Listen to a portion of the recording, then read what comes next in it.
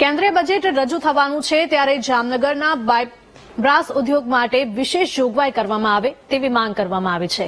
Brass ઉદ્યોગની duty નાબૂદ કરવામાં આવે, ઇન્કમટેક્સના સ્લેબમાં વધારો કરવામાં આવે તેમજ બ્રાસ ઉદ્યોગકારો ટકી રહે તે માટે સવલતો આપવામાં આવે તેવી માંગ થઈ છે।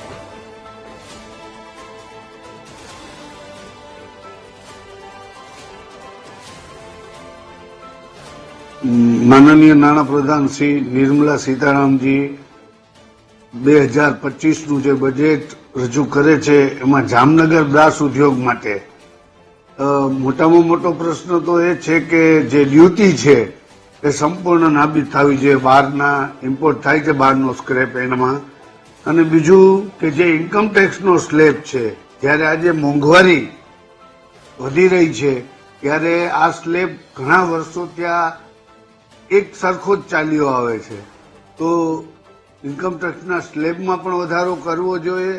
અને આજે બ્રાસપાટનું નિકાસ ક્યારે કે જ્યારે વર્લ્ડ માર્કેટની અંદર આજે નિકાસ જેવું 15% જેવું છે, અને આ અમારો લઘુ ઉદ્યોગ છે, એટલે આની અંદર જો વર્લ્ડ લેવલનો બજાર છે એની સાથે કમ્પેરિઝન કરીએ તો ડ્યુટી ઘટી જાય તો જ એ સસ્તું પડે।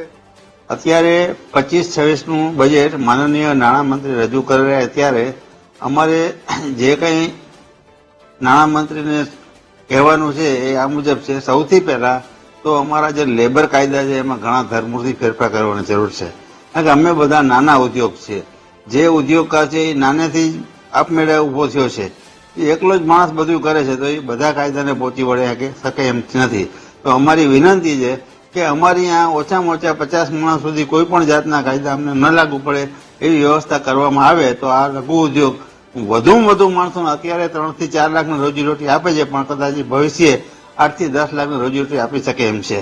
અને બધાને કામ મળી રહે, જે અત્યારે બેકારીનો પ્રશ્ન છે એ પણ સરકાર ઉપર થોડો દૂર થઈ શકે એવી પૂરેપૂરી શક્યતા છે। તો લઘુ ઉદ્યોગ માટે માત્ર જે બીજી મોટી કંપનીઓને જે કાયદા પાડવામાં આવે છે એ અમારે પાડવા પડે છે, તો એ કાયદામાં રાહતો કરી અને અમને ઓછામાં ઓછા કાયદાનું બર્ડન થાય એવું સરકાર વિચારે અને એના માટે કાંઈ અમલ કરે એ બહુ જરૂર છે ને એવી અમારી વિનંતી છે।